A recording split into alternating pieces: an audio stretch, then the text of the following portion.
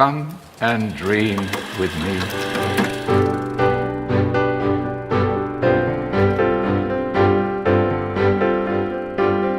Hello and welcome to What Do You Want to Watch, the Explosion Network's premier media podcast. Every fortnight we get together to talk about movies, TV, and online content, and to let you know that this show is also heavily edited in Russia.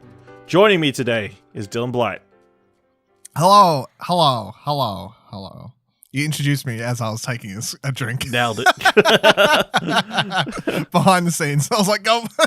Yep, that was a mistake. We just started the show. You should have drunk before. Yeah, I forgot that Nick wasn't here, so I usually have like A buffer. a leeway, you know? Yeah. Well, yeah, Nick's not here, but I'm still your host, Ashley Hobley, and we'll be talking about what's in our watch history. We'll talk about a bit of news, then we'll get to the movie that we ended up watching this week, which was Good Time. Was it a good time? We'll find out. It was. First, let's just jump into our watch history. We both saw the new Disney live-action adaptation that's in the pipeline, Aladdin, directed by Guy Ritchie. I've got a review up at explosionnetwork.com. But Dylan, what did you think of Aladdin? I think I like it better than the animated version, and that's a hot take. Blasphemy. Yeah. Blasphemy to say out loud. And I don't know if it's more offensive to some people to say, I think I like this better than the animated version, or to say that you liked Game of Thrones. Which is the bigger hot take? Don't know. Probably Game of Thrones, I guess. I haven't seen any Aladdin petitions yet, so... Yet. So, why do you like it better? Well, the only thing I think it doesn't improve on is Jafar, I guess. You know? Like... let's go bit by bit here, right? Aladdin, pretty much the same for the animated version. Like, I don't rank anyone that character higher or lower, kind of thing. No, Aladdin is Aladdin in both, and I thought both versions are. He's good. wearing way too many clothes for what's meant to be a hot place. Yeah, I read an interview where they said the reason that they didn't want him running around in just the vest is because they thought that might be a little bit. Yeah, because they wouldn't get that PG rating. Yeah, that would be a bit too weird for a family film, which I'm like... Yeah, that's fair enough. Probably, yeah. That's fair enough. Same as why Jasmine's wearing, like, covered her midriff. Jasmine has more clothes, and also on top of more clothes, she has more character. Jasmine is basically the reason that this film is a lot better than the original, in that they actually give her a role beyond... Yeah. She doesn't really do much in the original. And this one, like a real big turning point without spoilers, is they've got a new song called Speechless in this version. Mm-hmm. And the moment in the film where she does that song is like a real big 180 where basically she just turns around, starts singing this song, and it's like the ultimate, instead of just, I can't say it without spoilers, but I feel like it's a real 180 on the original version, kind of somewhat. She's not going to be just taken away and speechless. She's, you know, like, I'm trying to dodge spoilers, but yeah, that song is phenomenal. The actress that plays Jasmine is amazing, and Naomi Scott. Like, yeah, Power she's Rangers. really great, and she basically makes that role hers, and I think she does a really, really good job. Will Smith as the genie, who from all our trailer reacts, I was like, I don't know, like, is this going to be terrible, good, or okay? Like, went into it. First 20 so minutes, I'm kind of like, you know, you're watching a movie, I'm like, yeah, but honestly, the moment where he comes out and he starts doing his thing, I'm like, okay, I'm sold. Like, it was really good. He continued to be really good. They gave even Genie in this movie more of a story, made him more human and less of a just mythical genie, I guess, like thing. a thing. Yeah, like instead of just being this thing, genie, mystical thing, they did make sure that he had needs and wants, and you get to see kind of how the rest of his life would play out, because in the animated version it's like, oh, well, Genie just hangs around with Aladdin for the rest of his days as a sidekick because they're friends. They're best friends, yeah. Like, that's the but I think the way they do it in this version works a lot better. The reason that everyone doesn't like this movie as much, I can see from most reviews and stuff I've heard, is because of Jafar. I don't dislike Jafar. I think Jafar is fine. I don't think he's as enigmatic or like charismatic or anything like that, like the cartoon movie, of course. Yep. And I definitely think the original animated one, Jafar, is way better. But at the same time, I don't think the animated Jafar would work in this movie at all. And the Jafar that we get isn't as memorable. But I honestly feel like if the loss I have to take is a less memorable Jafar to get a more interesting Jasmine and a lot less stereotyped movie in general, like even like your civilians and your side characters or the Jasmine's father and all these sorts of things, they're less stereotyped. Yep. Or racially stereotyped than they were in the animated movie. So if like the big loss for everything good that comes out of this movie is Jafar isn't as memorable and we get everything else, then yeah, I don't care. I just think that, especially if you're, like I saw Rami from I can't remember, at Vladimir, on Twitter. Like I saw him tweet about, you don't know, Rami game Ishmael, developer, right? Yeah. I saw him tweet out the movie, and he said he liked it a lot more because of those reasons specifically, like less racially stereotyped and these sorts of things. So you got to take that into account. I think if there's a whole demographic watching this that are probably that can have that viewpoint that we don't have, I guess, like that a lot of people don't have about the movie. So I find that interesting. Yeah. I enjoyed it probably more than I was expecting. I thought it was going to be a flop going into it, kind of. We'd just, from what we'd seen, and obviously there was a big kerfuffle about the blue genie and everything, but I enjoyed it overall. Main thing going into it is remember that it is a realistic take on it. It is as realistic as a genie can be, but it's much more grounded and that sort of thing. Genie is not as cartoony as he was in the animated feature. He's not going around turning into women much and old men. He's still cartoony enough that it still feels like Genie. It still feels like Genie, but it's not as... Yes. It's not fourth wall breaking where he's acting like a reporter or something. No. Yeah. I definitely wouldn't compare... That's the thing. I can't compare Will Smith to Robin Williams because they're completely different characters to me. And that's the smartest thing they did. And I just look at the Will Smith They're one. like, no, we're not even going to bother trying to do the same thing. Yeah, that was a smart thing. Exactly. Yeah. But you take that onto account and you look at Will Smith and you go... Well, if you just take the character on the paper and not compare it to Robin Williams, did a absolutely fantastic. I laughed out loud, like at least twice at two of his jokes. So, and I thought he was really charming, and I really he and, surprised. The Aladdin guy had good charisma together, chemistry. Yeah, I really enjoyed. I like that. I thought he was likable. The jams scene. That was the courting scene. Yeah, there's a lot of good stuff. Backflip was too much. Yeah, again, the Jafar thing, I think he was fine. I think he was missing an Iago who talks like a normal person rather than an actual parrot to actually bounce off. Yeah, sorry. And sort of explain stuff. I read another interview of Guy Ritchie where he talked about that too, where he said they cut that. It seems like they originally were going to do a more talkative version, but they cut it because it's like once that starts being too distractive in a live action version or something, he decided. So I'm like, well, I guess. I guess I if don't he know. says that, makes but sense. Yeah, so it's Aladdin. It's pretty solid.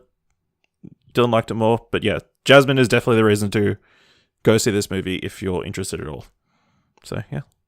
I saw that you went out and see Godzilla, King of Monsters today. How was that? Well, I only watched a couple hours ago, so take this with a grain of salt, but I doubt my mind will change too much. It's definitely the worst of the monster trilogy that we're at so far. I really like, having said that, I'll say that I really like the 2014 Gareth Edwards Godzilla. And for everyone's complaints about there's not enough Godzilla in it, all those complaints that people had, I thought that movie was really, really good. And I like the way that they treated Godzilla as this like mystical being, to like an actual god type thing. If your biggest complaint about the movie is you didn't see enough monsters, boy, does this movie have you covered. Because this movie is basically just monsters after monsters after monsters just smashing into each other for a majority of the movie. And they look good, and it's I enjoyed watching it while I was watching it. I wasn't like disliking it, but whenever it cut to the human story stuff, boy, was it boring. Like, I was like, oh, just make the movie 60 minutes of just Godzilla punching someone and let's cut it at that because... Oh, so you finally caught up with what everybody said about the first movie. Is that... What? Is that what they said? Everybody said that all the human stuff was boring. Oh, yeah, but I like the human stuff in the... Yeah. I thought the human stuff was decent in the first movie. I remember wanting more, but at the same time, I remember thinking they were going in the right direction. With this one, I'm just like, the only interesting character was like, Watanabe. Is it Watanabe's character? I can't remember his name, but from the first movie, his character carries over. His character's decent in both movies, and then Millie Bobby Brown is really good in this movie. And as a kid, she's like interesting. Her parents are not so interesting, I guess. Like I would like a different version of the movie where I just follow her around and she's the main character and we see the movie's events through her eyes. I thought would be quite interesting. But everyone else in the movie was pretty forgettable. Charles Dance shows up and beats Charles Dance, and that's a thing. But yeah, the score was really good. The music was quite good. But other than that, yeah, it's just like if you want to watch CGI monsters smash each other around, then this is your movie. Godzilla. Cool. It's a shame because it was a pretty solid cast from what I could see. So the trailers were a lot better than the movie. Yeah. But that's the easiest way to say it. The trailers give off this very like mystical and beautiful vibe, and like we're going to treat these creatures as divine beings and whatever else, and we're exploring what it means to be human under these gods type thing. And then the movie's just your kind of typical, we're following around the scientists and the army while they do scientists and army things, and there's monsters and then they fight and blah blah blah blah, which is what some people want, I suppose. But yeah. I want a little bit of both worlds, I feel like, to have a good product. Well, I went and saw the new movie from the uncredited director of Bohemian Rhapsody, Dexter Fletcher's Rocketman, the musical about Elton John with Elton John music, pretty much, starring Taron Egerton. Jamie Bell's in there as well as Bryce Dallas Howard. Bryce Dallas Howard. Yeah. I really enjoyed it. I think it's leaps and bounds better than Bohemian Rhapsody. I've been listening to the soundtrack for the last week, so it sounds great. They did some interesting takes on the obviously Elton John's catalog of songs. I think the best thing is it's an actual musical rather than just a movie with musicians like Bohemian Rhapsody is. I feel like this movie is going to be compared to Bohemian Rhapsody non-stop for its entire run. Just yeah. Obviously, because they're so close together and have the same director, technically, sort of. Also, they've got the same character. John Reid is in both films, and in Bohemian Rhapsody, he's played by Aidan Gillen, and in this he's played by Richard Madden. So, funny coincidence. Oh, okay. Yeah. I didn't know that, but interesting. Yeah, Game of Thrones actors play the same character across 2 movies. Yeah, I know, it's weird. But yeah, I really enjoyed it. I think they used his catalog of songs really well to help tell the story rather than just having him sing songs all of a sudden, like shoehorning them into the movie. They all sort of meant something to the plot. It was a really, all the musical scenes were obviously a lot more fantastical in that because they didn't have to pretend like it was all happening in real life, because they've got this basic, they set it up where he's at the start of the film, he's going into an AA meeting and sort of retelling his life story through that. So he can sort of lie about different things, and it can explain why he's playing Crocodile Rock at his first show at the Troubadour, even though that song wasn't even recorded by then. So, I really enjoyed it. I think it's pretty fantastic. Again, I've got a review over at explosionnetwork.com, so check that out. I'm very keen. I saw someone online say, if you don't like musicals, don't watch this. And I went, well, you're lucky that I do like musicals. That's true, yeah. If you're not someone who likes people bursting into song, you're not going to like this. So, you also went and saw Brightburn the other week. The horror movie produced by James Gunn. What do you think? I find it really weird because every news article I've seen about this always writes James Gunn's Brightburn. James Gunn's Brightburn. I'm like, I know that his name's attached as a producer, but he didn't even have anything to do with it other than that. And he's, it's his family, sure. But I just find it so weird. It's like James Gunn's Brightburn. I'm like, how about Mark Gunn or someone? Or the Gunn, anyway. Because it was written by Brian and Mark Gunn. So his brother and his cousin, I believe, is how the family relation works out there. And it was directed by David Yarosovsky. It's basically Superman, but imagine Superman comes to Earth and then Superman goes evil. That's it. It's like Superman and to the point where there's literally shots in the film that look like they were pretty much shot-for-shot rip-offs from Man of Steel. But not like rip-offs, but done on purpose. So I suppose homages to Man of Steel's style somewhat. Just done to really give you that Superman feeling. With all that said, if that sounds interesting to you, you're like, Superman gone, man, that sounds really interesting. Maybe I'll watch it. I love Superman. I love comic books. This movie is a horror movie. Full stop.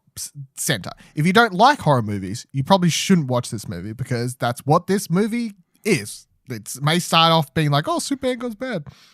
You can read comic books about that. What is it? Ultraman. Superman from Earth 3, I think, is basically this. Or you got like Red Sun, I suppose. But that's not really the same thing. But anyway, Brightburn. Horror movie. Because once a kid gets his powers, he just turns into basically... The movie becomes most equivalent to like The Omen at that stage, I guess. It's like... It's a kid with powers, somewhat, killing off people around him and then kind of hiding it and getting away with it for some of the film until stuff happens. And that's pretty much the equivalent to David in the Omen franchise, which was the Omen was son of fucking Satan brought into life, basically. And that's what this is, somewhat. They don't go far enough with what you can really tell with this sort of story. It's an hour 30. It basically hits a point about an hour in, an hour quarter in, something like that. And you're like, okay, cool. And then the last act happens and then the movie's credits rolling. You're like, what the fuck? It really needed to be half an hour longer or 15 minutes. I don't know. Like it definitely needed a bit more time because once it gets to a certain point, you're like, okay. And then next second the movie's over and it's really quite confusing. If you're a horror fan, it's got some rather gory and eventful deaths in it. So and that's kind of what horror fans like. So it's going to tick a box there for a lot of people, I feel.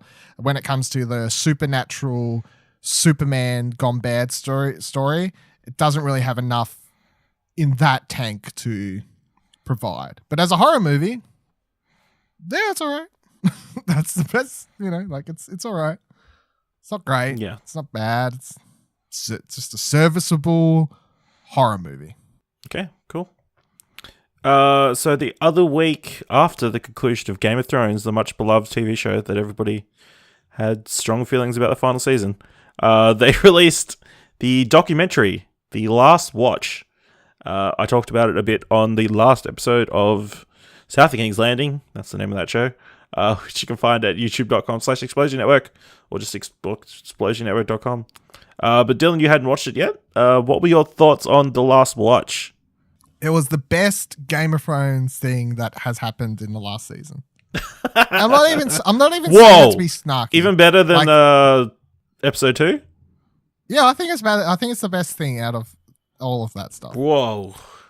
Because, I honestly feel like no matter your feelings for the final season, no matter what they are, I find it hard to believe if you're a fan of the show and have been following it for the 10 years or whatever you want to call it, I find it hard to believe that you could not watch this and get somewhat emotional over certain elements that are presented to you. Yep. Even if Kit Harington reading these lines and getting sad, even if you're going to sit there and be like, yeah, because the plot shit, blah, blah, blah. If you're going to be that type of person, then obviously it's not going to do anything for you. But even if you don't particularly like that story beat and you're not a fuckhead, and you can sit here and actually watch it and be like, he's so attached to that character that's somewhat moving. And like literally the day or two after I finished watching it, and then that news story came out about Kit Harington having checked himself into some mental health place somewhere or other because he was struggling so much with the end of the show, apparently, like because it's been such a big part of his life for the last 10 years. It's like having that story break like a couple days after I watched it. It's just kind of like you think back on watching this and all the scenes with him and him filming his final scene and getting teared up and all that stuff. So it's really great. But aside from all that, the main actors stuff, which is all quite good, the biggest thing that makes it really interesting is it does spend a lot of time focusing on departments that you don't really get to see much in other behind the scenes stuff for films, because behind the scenes stuff for films usually focuses on the director, the writer, the core cast, maybe a producer or something like this.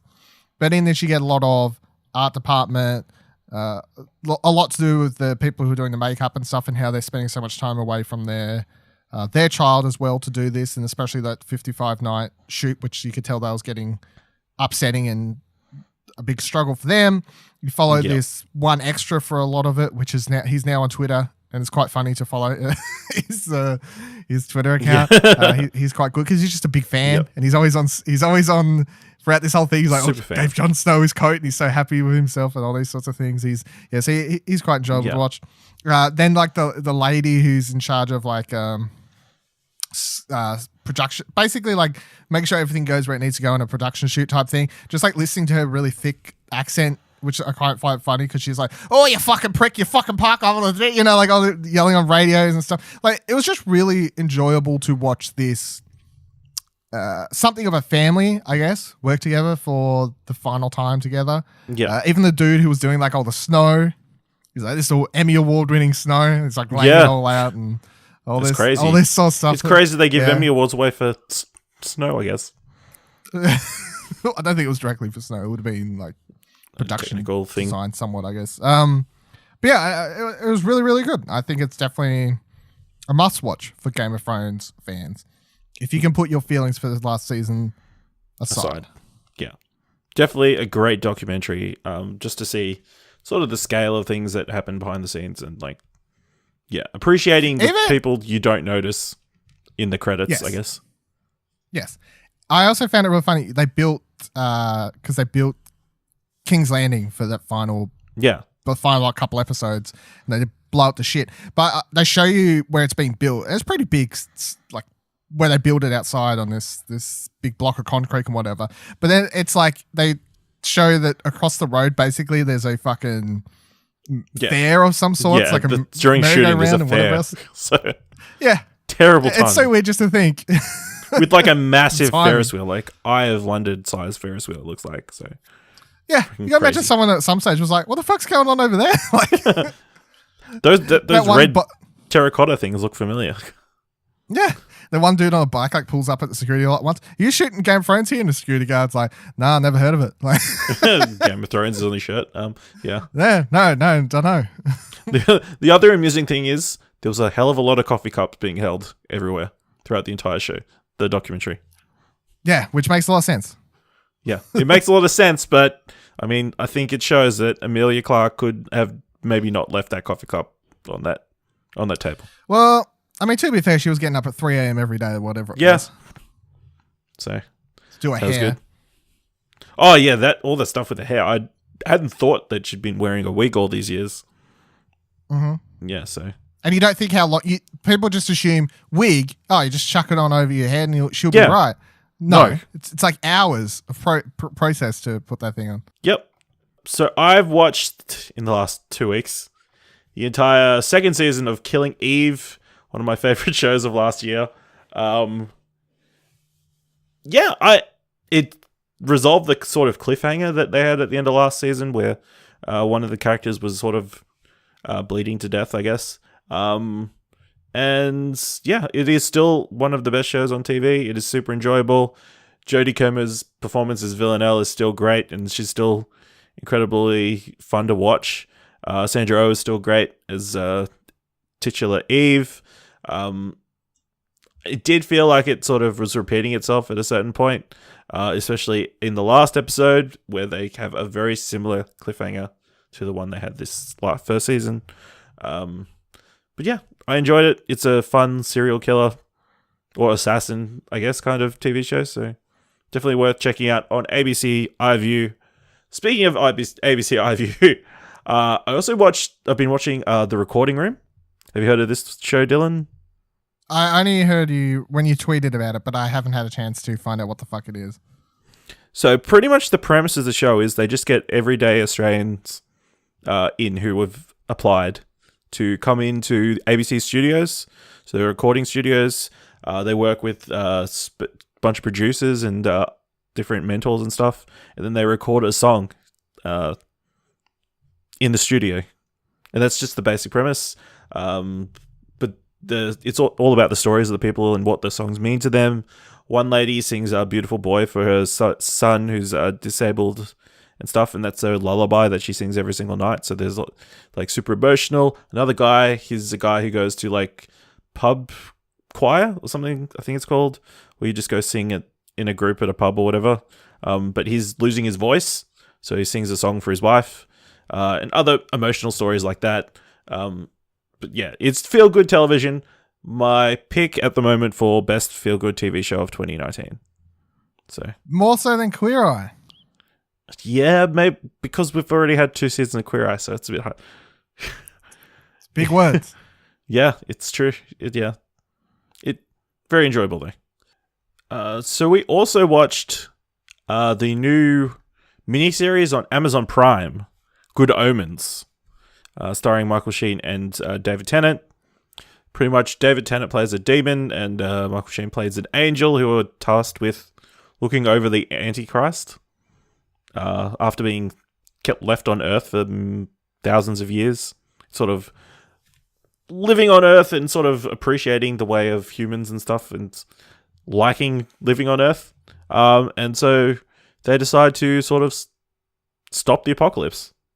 That's the basic premise of the thing. I thought it was pretty fantastic. I enjoyed it a lot. Obviously, the kids who acted it are not the best, and some of the CGI is not fantastic. But other than that, it's a great 6 hours of fun, fantastical, sort of heavenly-ish based. I don't know what the term is for demonic and heavenly materials, but yeah, it was a good time. What do you think, Dylan? I really, really enjoyed it. I think I feel like it's definitely not a show for everyone, solely because the humor and like storyline and the way it's like told and put together and even edited and just the narration and everything, it's very odd. And by that I mean just compared to other things, I guess. Yeah. I've been trying to figure out what it's like. And I've come up with... It's like a series of unfortunate events, the Lemony Snicket stuff. It also reminded me of... Yeah, a little bit. And then the other one that I can think of is... what's the... Hitchhiker's Guide to the Galaxy. It's also like... Yes, like it's 100% Hitchhiker's Guide across the galaxy. Yeah. That's probably the best comparison, actually. Yeah. I was going to say it's just very... If you read Neil Gaiman's stuff, you can hear his voice in the screenplay, I feel, even though he wrote the book with the late Terry Gilliam. Pratchett. Which I've never... Sorry, Pratchett, sorry. Fucking, you know, I had Gilliam on my mind. It's because he was originally... The Fun Fact Friday was supposed to be that they was trying to turn this into a movie years and years ago, and Terry Gilliam was supposed to direct it. Fucking... Terry's, come on now. But yeah, I've had the book on my shelf for years, and I've just never got around to reading it. So that was the other funny thing about watching it. So I hadn't actually read the book for this, but I feel like maybe if you read the book, it'd be. I've heard everyone praising how this is the best adaptation. I've seen a lot of people who love the book praising it for how well it's adapted, and how well they've worked around like changing things for the screen and what have you. And that's because Neil wrote the entire thing, I suppose, and that's kind of worked out good for them. Also, just David Tennant. Well, let me just say, David Tennant. Full stop.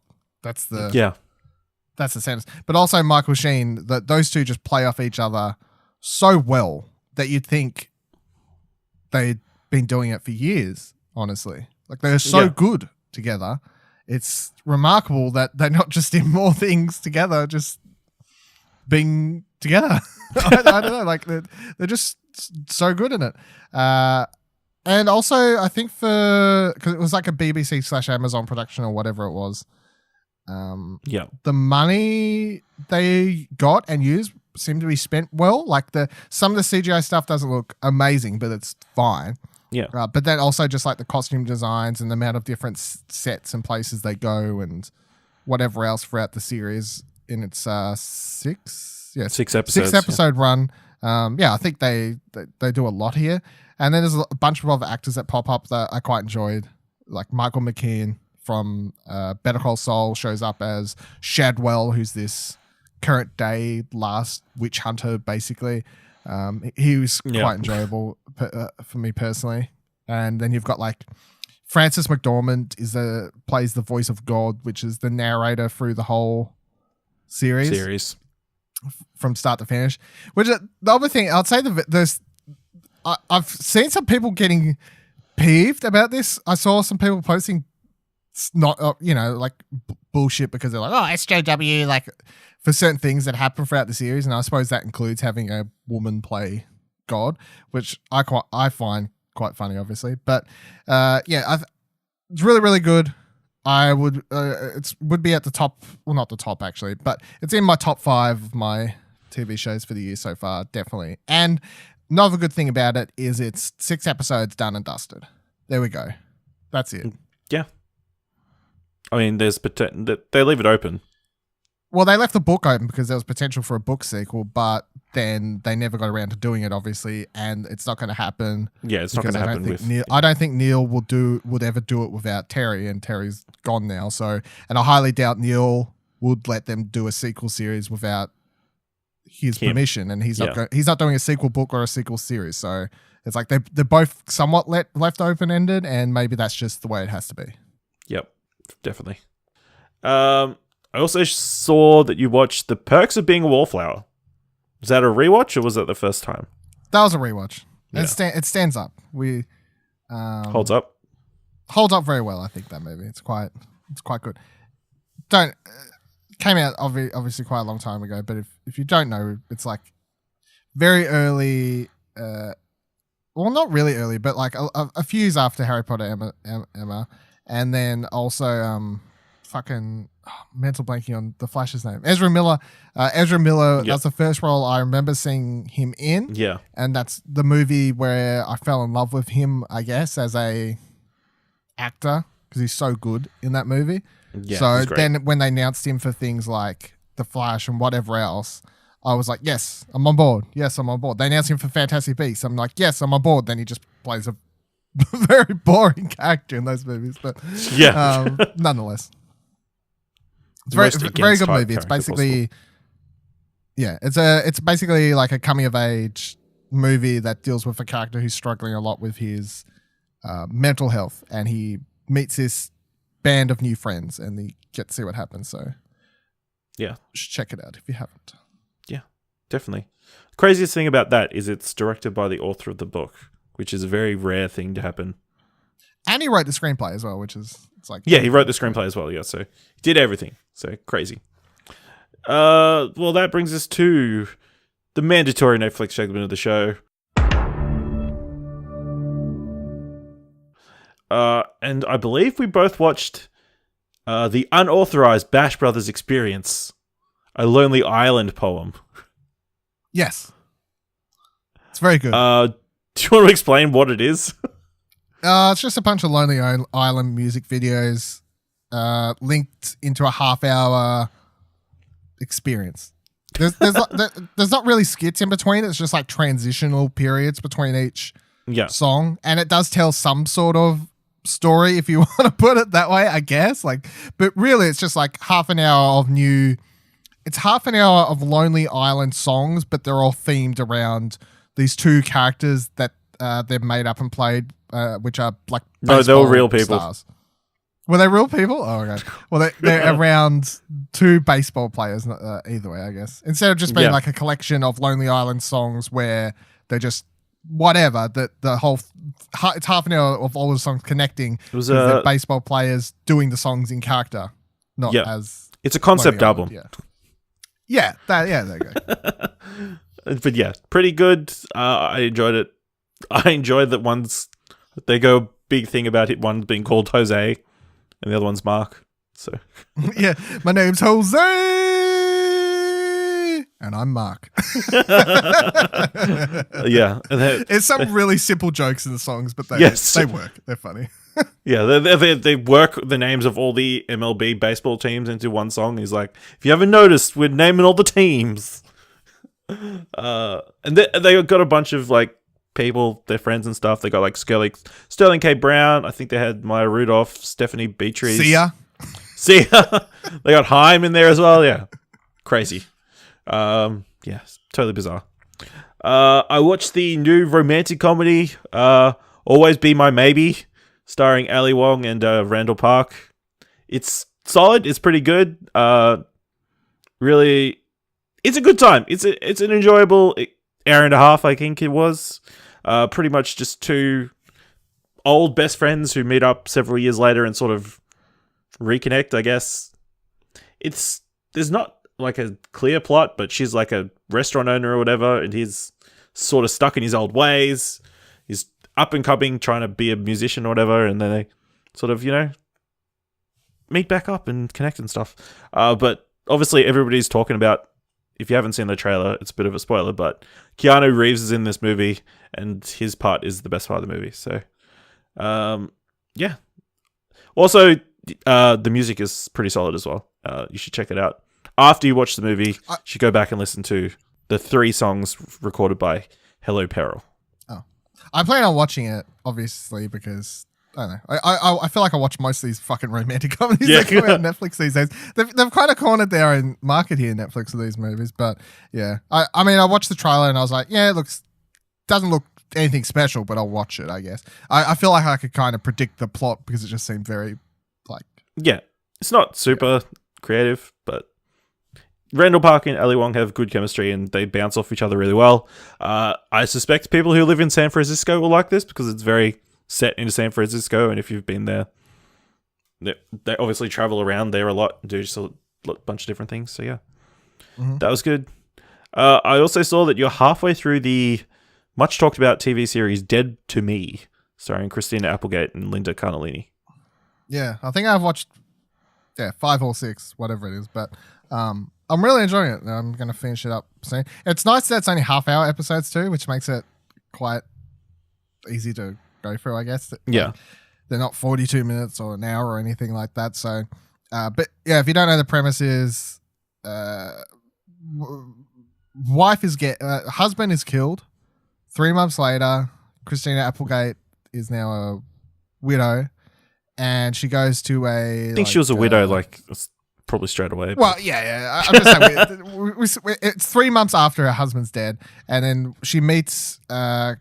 She goes to this self-help group meeting type thing, I guess, for people who've lost loved ones, and that's where she meets. What was it? Linda Cardellini. Her name. Yeah. She meets her there, and then some weird stuff starts happening, and that's all you can really say about spoilers. But some weird stuff happens between those two characters and weird situations. It's a drama. I'd say it's like 70% drama, 30% comedy. Even though the trailer, I feel like, kind of hints at it being a bigger comedy than it is a drama, I definitely feel like it sways heavier on dramatic storytelling, considering the themes it's kind of playing with a lot throughout the thing. Be that dealing with grief and some of the things that come up once certain plot and story beats are hit upon. But yeah, it's funny, but at the same time I'm enjoying the twists and turns of the story as they unfold. Cool. All right, let's move into some news. To be fair, it's been a pretty quiet couple of weeks. I'm not sure why, but there's a couple things. Just the other day, it was announced that the Russo brothers are producing a Magic the Gathering animated series for Netflix. Wizards of the Coast obviously on board, as well as Hasbro's Allspark animation team. The series will tell a whole new story set in the world of the widely popular collectible and digital collectible card game. Dylan, as a person who's been heavily invested in Magic the Gathering in the past, is this something you're excited for? I was playing Magic the Arena yesterday. I'm quite keen for this, but they've been trying to make a live action Magic movie for ages. Basically, since the moment I opened my first booster pack, they've been trying to turn it into a story. For people who may know what the game is, or well, not know, but like see it and be like, yeah, it's a card game, whatever. It's like Pokemon card games, Yu-Gi-Oh, whatever have you. How's there a story to adapt here? Magic has a very deep lore that they would release within each new set of cards. They usually had they would release online, basically these rather long stories that you could read along with, and then each card would kind of represent a different part of that story. So there was always a story for it here. But the gist of Magic is that there are planeswalkers, and planes are like different, let's call them planets to make it easier. So, and there's different planets, and then you got Earth, and you got whatever else, and have you, and all these different times and periods and planets, whatever. And the planeswalkers can walk between different planes, and then you've got evil ones and good ones and neutral ones, and they walk across different planes and they cause havoc and what have you. And then in amongst all that stuff, you would also get stories on different planes to do with like what happens there. So like one of my favorites is there's this place called Innistrad, and that's where that's very gothic place, because all the storylines that take place in that plane are like vampires versus humans versus werewolves and ghouls and zombies and this sort of thing. And then there's other places like Ravnica, which are these giant, like very beautiful cities, and rich people live there, and it's very fancy, and all the art for that set, any set that takes place there would be this very lush and beautiful place. So I think given how much money would be required to do a live action version of this correct, just like CGI wise or like set design, whatever have you, I definitely feel like you could probably tell an interesting story a lot better just with an animated thing. So I'm keen for this. Cool. Yeah, I mean, more animated stuff on Netflix is cool. Obviously the Russo brothers are being thrown around as being like the headline of this, but I don't think they're going to be too heavily involved. They're just sort of shepherding it or something. I was about to say, I'm pretty sure they'll just be producers, but I wouldn't be surprised if maybe they like possibly direct the first episode and then that's it kind of thing.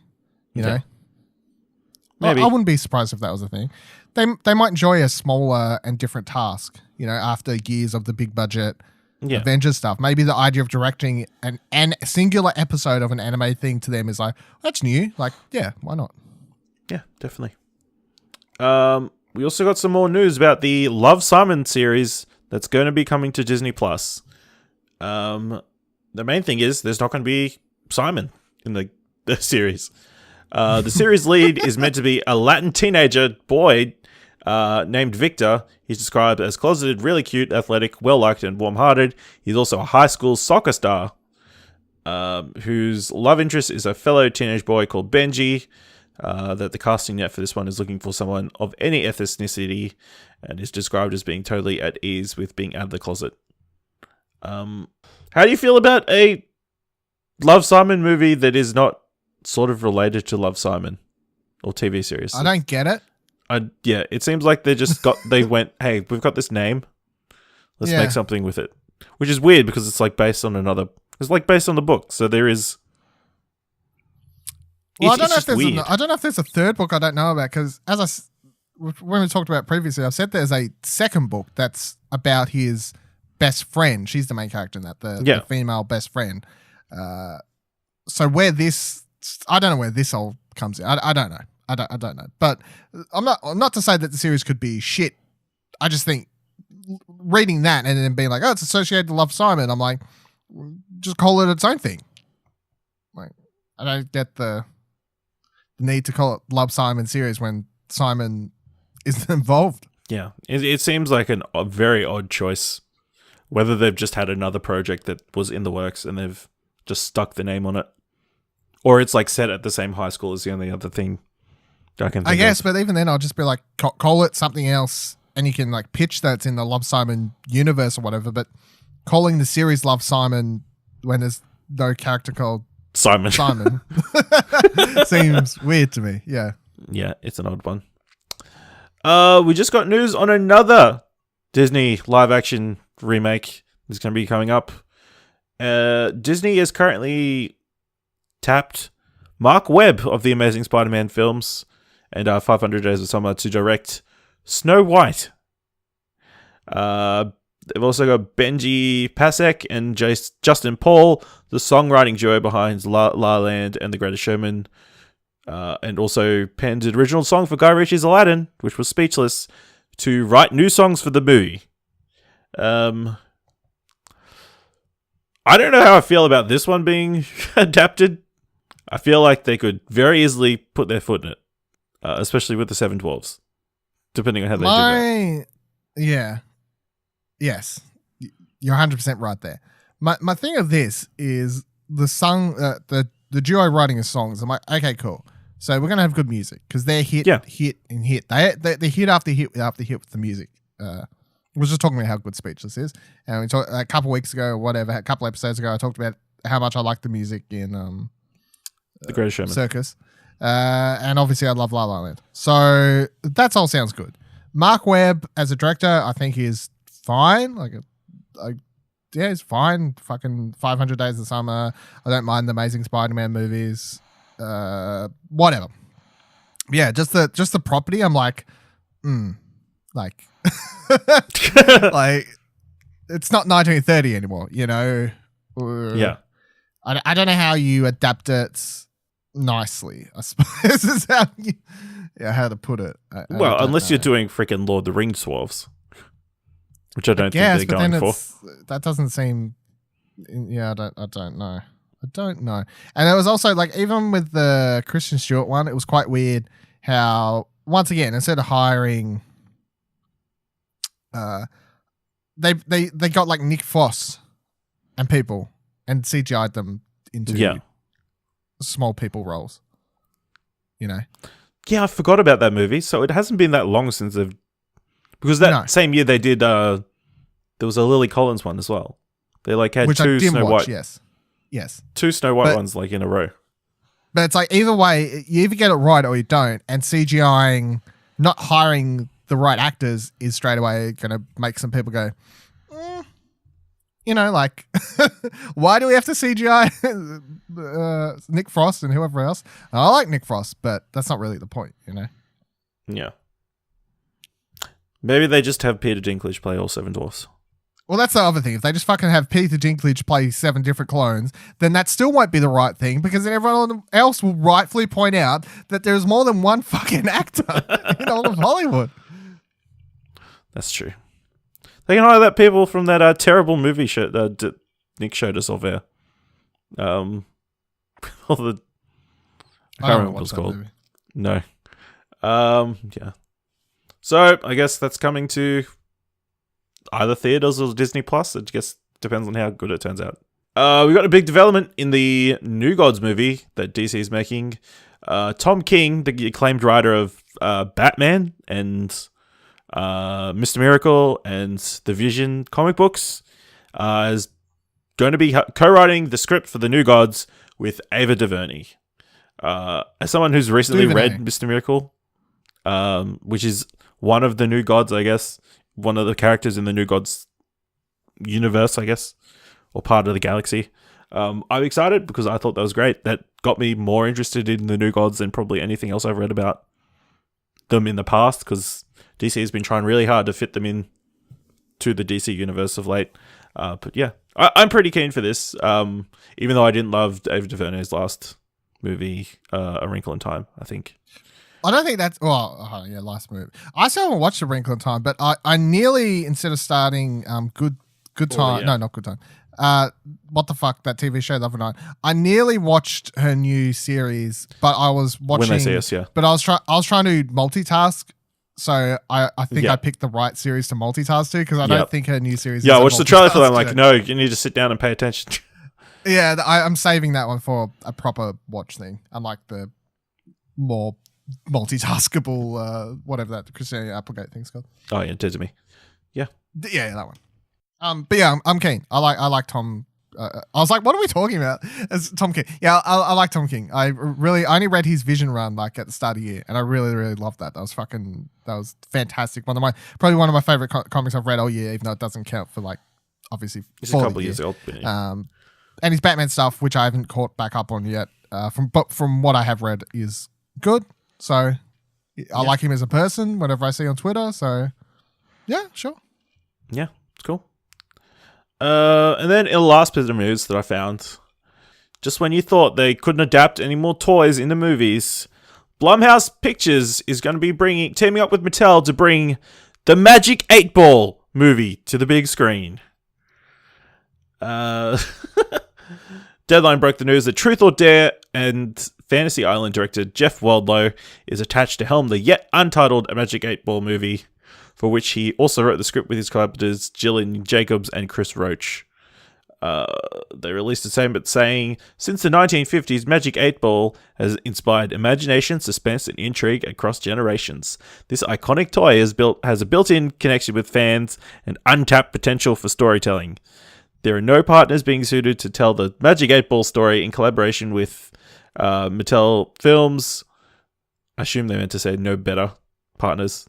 Anyway, the Jeff Waldlow and Blumhouse Pictures, whose unique approach to their thriller genre has captivated audience worldwide and has gained widespread accolades. Is this arguably the dumbest idea for a movie we've done on the show yet? They've hired the wrong director. There is a director called Quentin Dupieux, Dupieux, who directed the 2010 film Rubber. Now, if you don't know what rubber is, I'll read you the synopsis. A homicidal car tire, discovering it has destructive psionic power, sets its sights on a desert town. Once a mysterious woman becomes its obsession.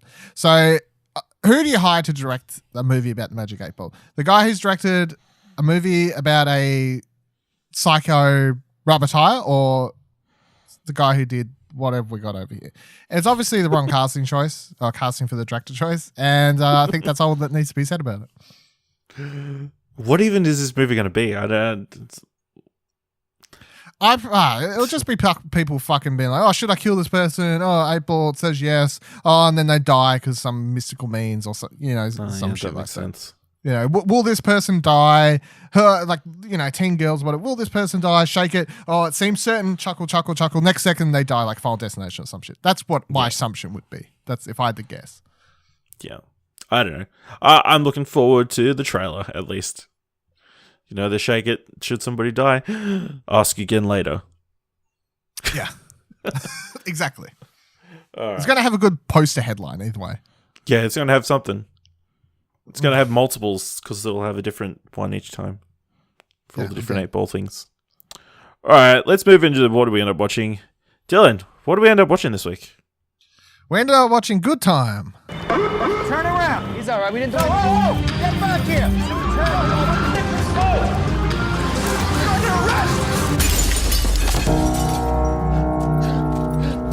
So I told you about my brother, yeah? Something happened. I don't know exactly what. He's been arrested. He's being held at Rikers Island. Love, Oh my God, that's awful. make me queen. Just gotta get him out of there before something bad happens. He could get killed in there. The pure always act from love. Damned always act. You need another 10 grand. You get another 10 grand, your brother will get out. The truth is an act of love. I think something very important is happening, and it's deeply connected to my purpose. Every day I think about untwisting and untangling these strings I'm in. Yes, the 2017 film directed by Benny and Josh Safdie, starring Robert Pattinson, Benny Safdie, Jennifer Jason Leigh, and a bunch of other people in smaller roles. It tells a story. The plot is, after a botched bank robbery lands his younger brother in prison, Connie Nikas embarks on a twisted odyssey through New York City's underworld to get his brother Nick out of jail. Wouldn't say that's entirely accurate.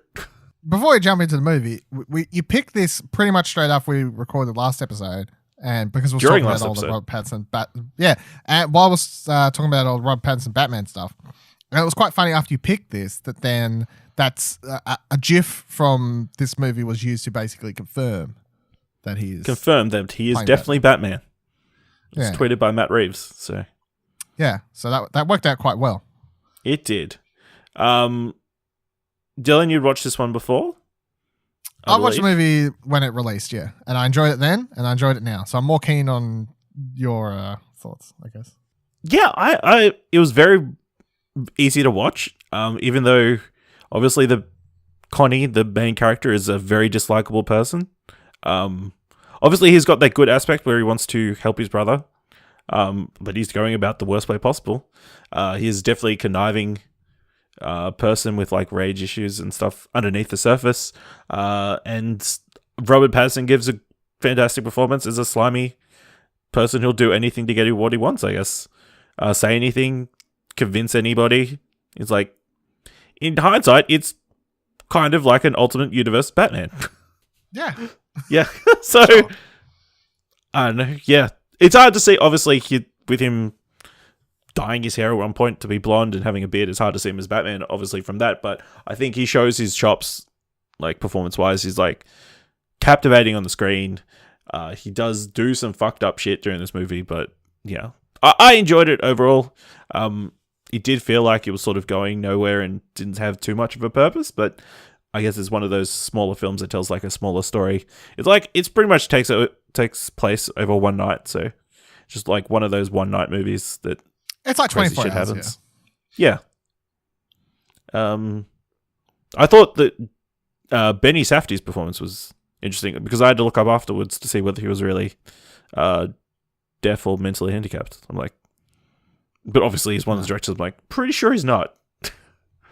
But he was pretty convincing. One of the directors also, he does the sound, I think, as well, or something like that. He did the sound for the movie, which is a weird random role for him to do, but is also a thing that apparently I think he did. Yeah. I really like the movie. I enjoy these smaller budget,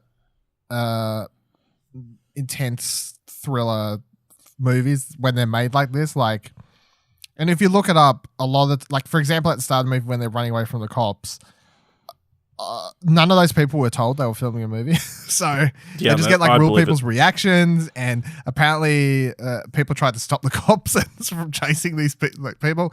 No one would recognize Robert Pattinson on set because you just stay in character and walk around apparently. So all these interesting things, but you're like, your comment being like, you know, what's the point of the movie? Like, where's it going? I mean, there's no really big picture to the movie. It's just a story about two brothers, and that's what I'm saying. There's no real big life-changing big thing going on here. It's just a story about two brothers, and then you get to the end of the night, and things have happened, and that's that kind of thing. But it's about the journey. It's not about It's definitely about the journey. There are some. The whole movie is about the journey. You get some really interesting characters along the way, including that drugged up guy they somehow end up with. Ray, I think it's called. Yeah, Buddy Duress. Yeah, played here. Jennifer Jason Leigh for a short appearance is quite good as well. And then, but I think just it's all Robert Pattinson. Just kind of, it's a really different role for him. Really fun. I like the way they shoot it. I like the way it's all put together. It's got like this neon 80s flair to it. The way it's like titled, and then the way it's like shot at times, but not like too heavily to the point it's like super stylistic. It's similar to Drive, I guess, where there are times where it's more neon infused, like stylistic, but then when it's not, it's just like a normal movie, I guess is the way to put it. But yeah, I think, but this it's hard. It's like when you're trying to sell people on Rob Pattinson as Batman, it's like, I don't think there's one particular movie you can like be like, this is the one you watch to sell, like, what, this is why he'll be good as Batman, because I don't think in any of his movies he's played a Bruce Wayne equivalent Character. But I feel like for all the people who are like, oh, it's just a Twilight character, I definitely feel like if you at least point them at this, it's like, this is way that's different. not Twilight. Can you see he can actually act? It's surprising. If I had to pick 3 movies to like show people as a triangle of Robert Pattinson range, it would be this, The Rover, and The Lost Land of Z, Lost or City whatever of it Z. was. Z. Lost City of Z, Z, whatever. Yeah, so that, The Rover, and then this, I think is like my triangle of Robert Pattinson range that I've enjoyed over the last 10 years or whatever, since Twilight the most. But I'll definitely put this one up the top, just because I think he's so committed to the character that you kind of even forget you're watching Robert Pattinson, which I think is important, I guess. Yeah, definitely. I will say that scene with the girl obviously was very uncomfortable. I think it's distractor. He starts, yeah. The distractor, he starts making out with her, even though they very quickly establish how old she is. Yeah, I think that's, well, obviously spoilers quickly at this point, but the whole point of he dives on her. He has no interest in her, but then when he comes on the news, he's willing to have sex with someone who's underage to keep himself to like meet his out own of, ends. to meet his own ends, which kind of says a lot about the character, I guess, if you want to look at it that way. So I don't feel like it was just like, because he never actually does it, so it's like the thing of the movie. They didn't make him have sex with a younger girl for the sake of the movie or be weird about it. Yeah. They imply it heavily just as and they get close to it as a character thing, is what I take it as when I've watched it. Yeah. It's obviously very weird. I knew it was coming this time, so I was expecting it, but I remember the first time watching it being like, oh, are they gonna...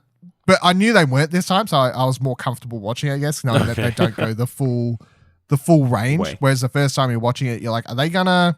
like, that's weird. We don't want to... I don't want to go there. She did say that she was 16. Like, yeah. Yeah. Only the first thing is how the police show up at the place at the end of the movie. But I guess anybody could have heard them shouting, screaming, and call the police, I guess. Is there anything?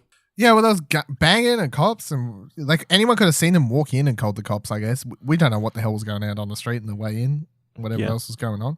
You don't know. I don't think it's really breaking the It's not story super important. I don't need a scene in every movie that cuts to the random neighbor who's like, oh, I think I recognize them. I'll get on the phone and 911. Like, you know how movies usually do that, and that's such just... I feel like as an audience, we can kind of just accept someone saw them or whatever. It's not important. It's not important at all for the overall story. Cool. Somehow the cops get there, and then that dude falls off the building, and that's quite a shot. That is. All right, that brings us to the end of this episode of What Do You Want to Watch? Dylan, where can people find you on Trakt and also on Twitter? All the places. Viva la Dil, VIVALADIL. And you can find me at those 2 places at Ashley Hobley, SHLEYHOBLEY. You can find the Explosion Network on Twitter, which this is part of, at Explosion Pods. And again, check out our YouTube for South of King's Landing at youtube.com/Explosion Network, or find all our reviews, reacts, other content over at explosionnetwork.com. If you've got any comments or concerns, send us an email at mail@explosionnetwork.com. And if you want to help us out, leave us a review either on Apple Podcasts or on Podchaser, or just tell a friend that listening to What Do You Want to Watch is a good time. That was an easy one. Good one. Yeah, I got it. It's not as good as if you have to point it out, but okay. Yeah. All right. Until next time, keep watching stuff, I guess. Every Saturday, listen to a brand new episode of Arcade Couch, the Explosion Network's variety video game podcast. Sit back, relax on the best couch to chill with your friends and hear about the latest interesting news, as well as our opinions on the latest releases and what we've been playing. Just search your podcasting app for Arcade Couch and subscribe for free now. Like now. Do it. See how quick we get this done when Nick's not here? Jesus, what a talker, that guy.